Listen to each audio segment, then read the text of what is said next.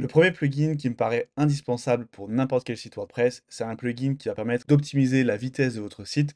C'est tout simplement Lightspeed Cache. Alors attention, il y a une petite nuance. En fait, ça va dépendre de l'hébergeur que vous utilisez. Si vous utilisez l'hébergeur Hostinger, effectivement, ce plugin va être le plus adapté pour optimiser la vitesse de votre site, puisque c'est le plugin qui est compatible avec le type de serveur d'Hostinger. Et en fait, il sera installé par défaut sur votre site. Par contre, si vous avez un autre hébergeur, par exemple Yonos, eh bien si vous voulez installer un plugin du même type qui soit compatible, eh bien ça va plutôt être WP Fastest Cache que je vais vous recommander. Dans les deux cas, ce sont ce qu'on appelle des plugins de cache, c'est-à-dire des extensions qui permettent d'enregistrer le code du site dans le navigateur du visiteur afin de gagner du temps lorsqu'il va revenir visiter le site. Il y a également des options secondaires, par exemple compresser le code afin qu'il prenne le moins de place possible et que les pages soient plus légères pour se charger plus rapidement. Vous allez voir que ces plugins sont très simples à configurer et si jamais vous n'y arrivez pas, vous retrouverez des vidéos sur ma chaîne YouTube pour d'ailleurs chacun des plugins que je vais vous présenter dans cette vidéo. Si vous tapez le nom du plugin plus Enzo dans la barre de recherche YouTube,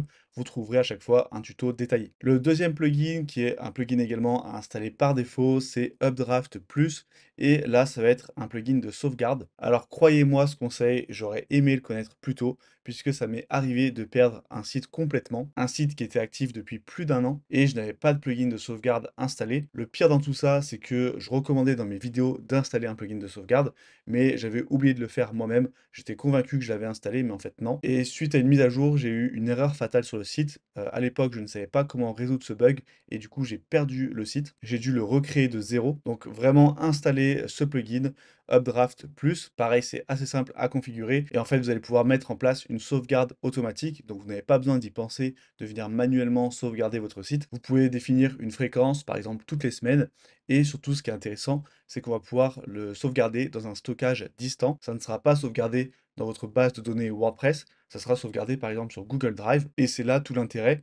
Si votre site n'est plus du tout accessible, vous aurez accès à Google Drive. Vous pourrez télécharger la sauvegarde et la restaurer sur une version vierge de votre site. Et quelque chose que j'aurais aimé savoir également à l'époque où j'ai perdu mon site, c'est qu'il y a également les hébergeurs qui font des sauvegardes. Donc même si vous n'avez pas ce plugin installé, normalement, vous pouvez retrouver une sauvegarde sur votre hébergeur. Par exemple, Hostinger en fait régulièrement, toutes les semaines ou tous les jours selon le plan que vous avez. Et en un clic, vous pouvez restaurer une ancienne sauvegarde. Mais par mesure de sécurité, je conseille quand même d'installer ce plugin en complément. On n'est jamais à l'abri d'un bug du côté de l'hébergeur. Rappelez-vous de l'incendie chez OVH qui a fait perdre toutes les bases de données et tous les fichiers pour un certain nombre d'utilisateurs. Ensuite, on va s'intéresser au référencement et là, c'est le plugin Yoast SEO que je vais recommander. Il existe plein de plugins de référencement. Les plus connus, ce sont Yoast SEO, RankMath SEO, All-in-One et SEO Press. Il y a souvent une petite guéguerre entre ces différents plugins. On cherche à savoir lequel est le meilleur, mais en réalité, il n'y a pas une grande différence entre tous ces plugins. Dans tous les cas, ils embarquent les fonctionnalités principales et importantes pour du référencement, et c'est plus une question d'habitude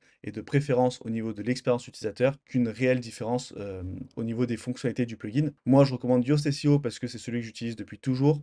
C'est le plugin SEO numéro 1, celui qui a le plus d'installations actives. Et comme vous pouvez le voir ici, en fait, l'utilité principale de ce plugin, ça va être d'analyser le contenu de vos pages et de vous dire quelles optimisations mettre en place pour être bien référencé. Du coup, si vous n'avez aucune notion en référencement, vous saurez à peu près comment optimiser votre contenu. Mais il faut bien garder en tête que déjà, ce plugin n'a aucun impact direct sur votre référencement. Ça va juste vous donner des conseils.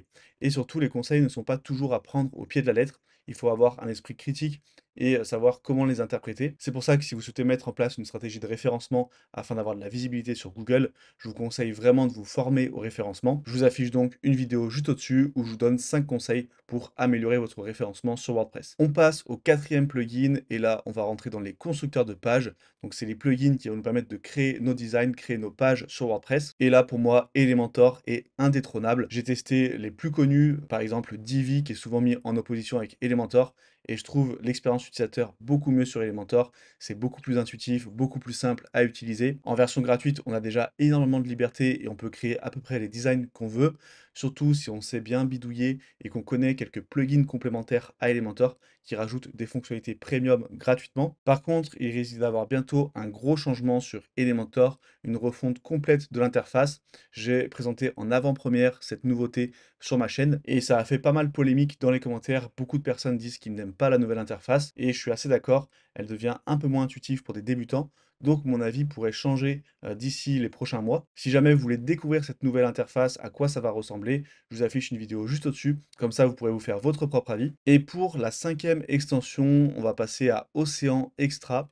Donc cette extension, elle va être inutile si vous n'utilisez pas le thème Océan WP, mais restez bien là parce que je vais vous convaincre d'utiliser ce thème justement. Selon moi, c'est le meilleur thème gratuit sur WordPress, celui avec le plus d'options de personnalisation. Et avec le plugin Océan Extra, on va venir rajouter des fonctionnalités supplémentaires. Par exemple, individuellement pour chaque page, on va pouvoir désactiver certains éléments comme le titre, l'entête, le pied de page, ou bien personnaliser certains éléments uniquement pour cette page. Par exemple, avoir un menu différent en fonction des pages, avoir un en-tête différent en fonction des pages et où on se trouve sur le site. Vous allez avoir vraiment une personnalisation millimétrée en fonction des sections de votre site. Cette extension, elle permet également d'ajouter des démos, c'est-à-dire que vous allez pouvoir importer des sites déjà prêts directement avec un design professionnel. Vous n'aurez plus qu'à personnaliser avec votre propre contenu. Et si pour l'instant vous n'êtes pas convaincu qu'Océan WP est le meilleur thème WordPress, je vous affiche une vidéo juste au-dessus où je vous présente les différentes fonctionnalités du thème et je vous montre comment le configurer de A à Z. Tous les plugins que je vous ai présentés aujourd'hui sont très populaires, donc vous les connaissiez peut-être déjà. C'est pour ça que je vous invite à découvrir les 10 plugins méconnus mais hyper pratiques que je vous présente dans la vidéo juste à côté. Je suis certain que vous allez découvrir de nouvelles fonctionnalités très pratiques pour votre site. Et si vous voulez développer vos compétences sur WordPress, abonnez-vous à cette chaîne pour ne louper aucun tuto.